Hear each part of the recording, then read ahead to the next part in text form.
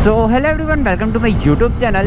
और आज हम लोग एक छोटा सा नॉर्मल वीडियो बनाने वाले हैं जिसमें मैं गाड़ी के बारे में इंफॉर्मेशन देने वाला हूँ। आज हम लोग मतलब पूरा गाड़ी के बारे में बात करेंगे। गाड़ी के बारे में तो वैसे और बाकी बात भी हो चुकी है, लेकिन आज कंप्लीट डिस्प्ले के बारे में बात करेंगे।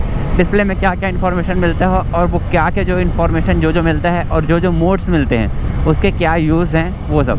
जय श्री राधे कृष्ण।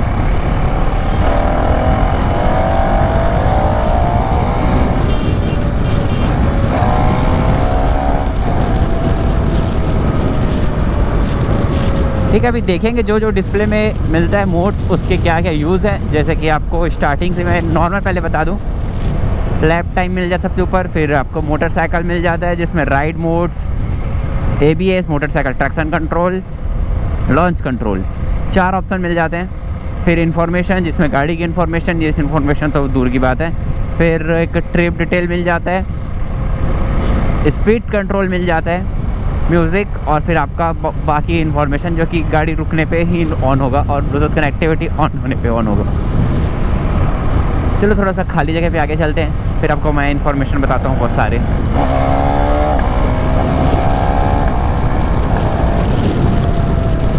जय श्री।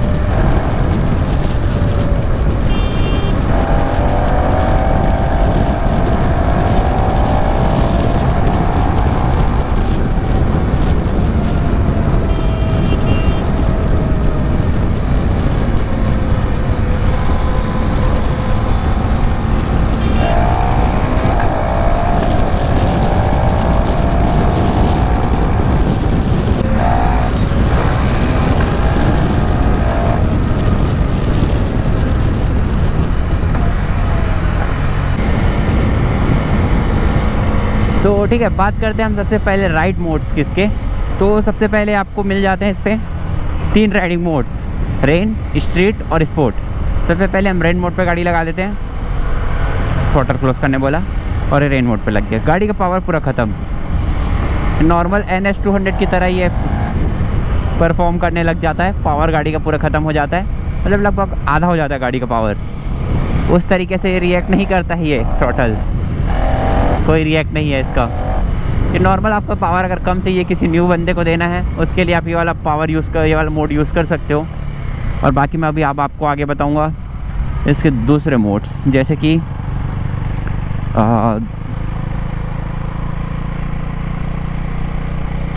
अरे यार, स्ट्रीट मोड लग गया। स्ट्रीट मोड, इसमें आपका गाड़ी का परफॉर्मेंस डिफरेंट हो जाता है। जो नॉर्मल पावर जनरेट करती है गाड़ी वही हो जाता है। इसका देखो, इसका नेचर, ये तुरंत खींचने के लिए रेडी रहता है इस वाले मोड पे गाड़ी। और अगर मैं ट्रैक्शन कंट्रोल ऑफ कर दूं तो ये तो गाड़ी व्हीली पॉपअप भी हो जाता है अगर इस मोड पे रहे तो। जैसे कि ये है,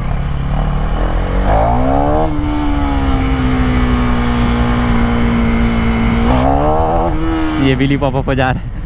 चलो ठीक है, अब नेक्स्ट मोड की बात करते हैं। और नेक्स्ट मोड इसमें आएगा फिर आपका ये ट्रैक मोड। ट्रैक मोड की बात करें, आपका पूरा सबसे मेन तो पूरा थीम ही डिफरेंट हो जाता है, जिसमें आपको RPM डिफरेंट हो जाता है, स्पीड ज़्यादा बड़ा दिखने लग जाता है, गियर पोजीशन इंडिकेटर इधर आ जाता है, बाकी लॉन्च कंट्रोल और बाकी इन्फॉर्मेशन आ जाता है आपको। जो ट्रैक के काम की चीज़ है वो चीज़ इन्फॉर्मेशन आने लगता है। पावर इसमें पहले से और भी ज़्यादा बढ़ जाता है। सिर्फ एक्सीलेट करने से गाड़ी ऑटोमेटिक उड़ जा रहा है, और अगर मैं हल्का सा स्लो करके क्लच दबा के एक्सीलेटर करूँ तब तो फिर ये गाड़ी पूरा ही उड़ जाता है।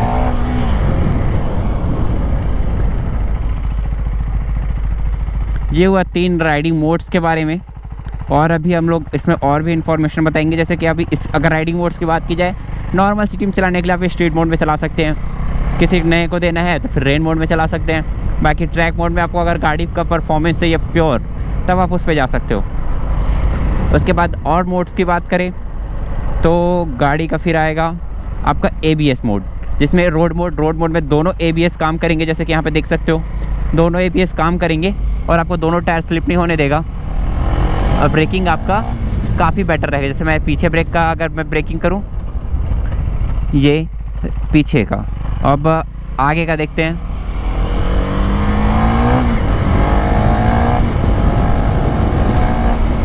अभी है हम लोग 60 की स्पीड पे। सिर्फ आगे का ब्रेकिंग, कुछ ही 1 से 2 सेकंड लगते हैं इस गाड़ी को रुकने में इस वाले मोड पे। और अगर इसी को मैं सुपर मोटो पे कर दूं, इसके बाद देखना इसका ब्रेकिंग। इसके बाद पीछे का तो बंद ही हो जाता है एबीएस, पीछे का एबीएस बंद हो जाएगा, गाड़ी स्लिप करने लगेगा। ये पीछे स्लिप कर रहा है। और अभी अब आगे का अगर हम देखते हैं, आगे का चलो मोड़ के देखते हैं। पहले स्पीड पे जाते हैं हम।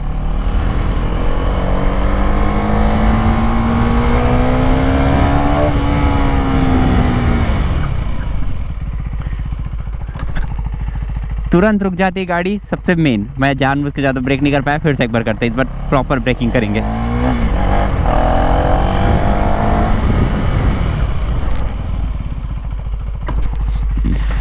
रुकती है, सबसे मेन तो ये है। दूसरा मेन ये है कि स्टॉप ही लगने लग जाता है गाड़ी पे।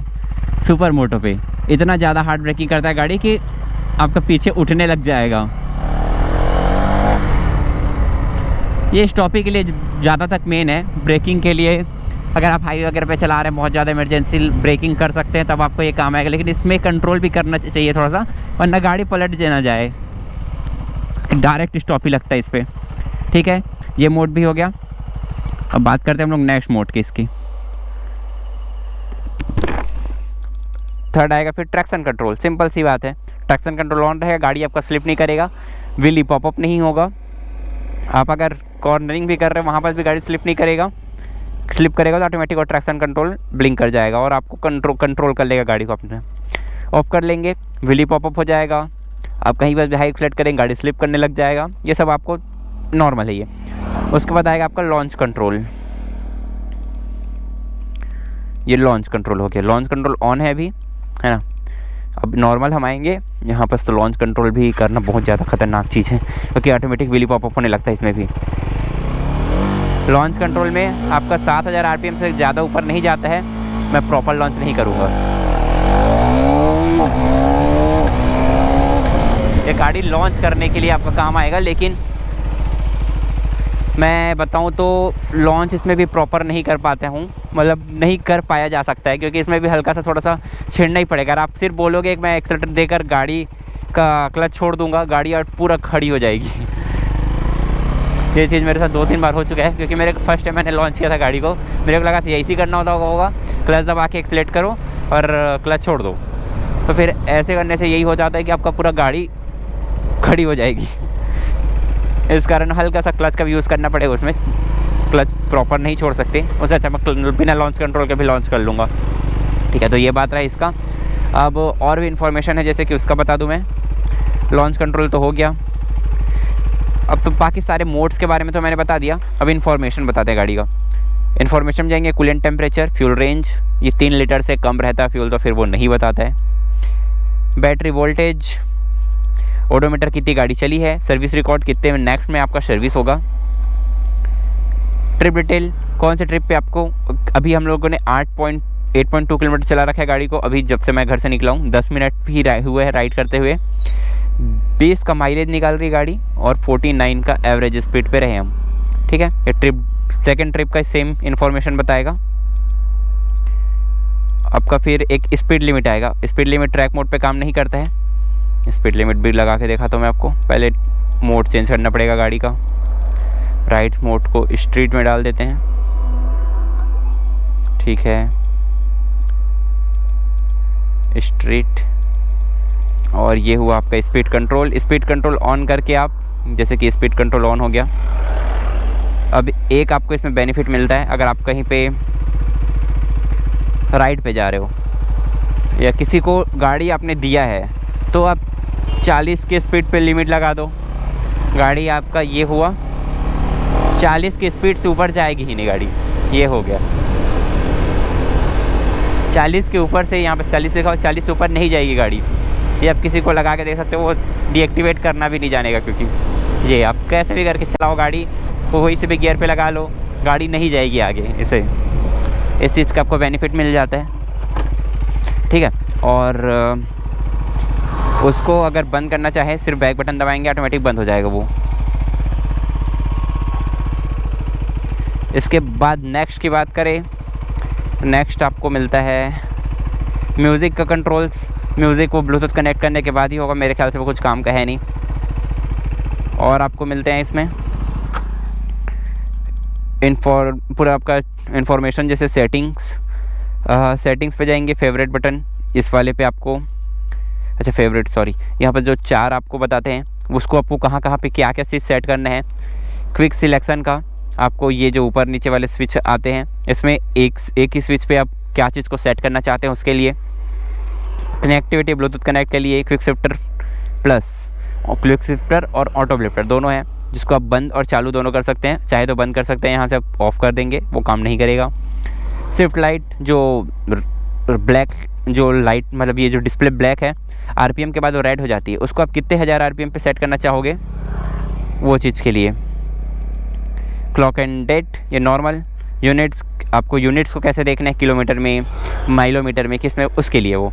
लैंग्वेज और एक्स्ट्रा फंक्शन जैसे कि कॉल, ये सब, ऑडियो, नेविगेशन, रिमोट कंट्रोल, ये सब कोई काम की चीज़ नहीं है। बाकी आपका ये normal odometer, trip detail, battery voltage, कितनी माइलेज दे रही है गाड़ी, अब टेम्परेचर आपका इंजन ऑयल का ओके लिखाएगा तो आपको गाड़ी चलाना रहता है, लेकिन ज़रूरी नहीं है ओके लिखाने पे ही, कुछ सेकंड बाद आपका अगर आरपीएम ब्लिंक करना बंद कर देता है, स्टेबल हो जाता है, चला सकते हैं गाड़ी।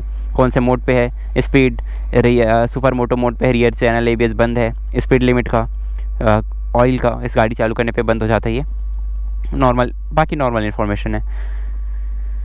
तो ये रहा कुछ इन्फॉर्मेशन गाड़ी के बारे में। अच्छा, अगर मैं स्विच का भी इन्फॉर्मेशन बता दूँ, किल स्विच ये आपका सेल्फ के लिए, ये आपके डिस्प्ले के कंट्रोल के लिए, hazard option, high beam, low beam, pass, और ये हॉर्न, और आपका ये नॉर्मल इंडिकेटर।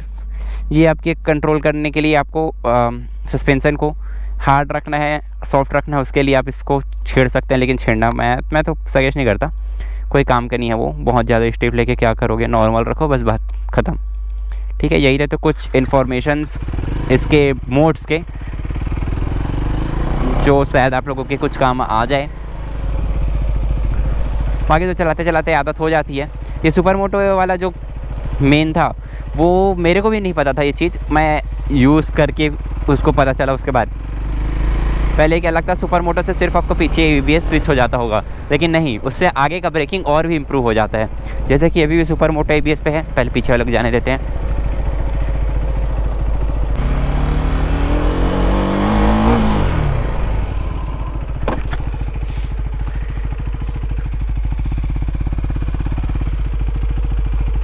तो गाइस यही आज का वीडियो, बताना वीडियो कैसा लगा।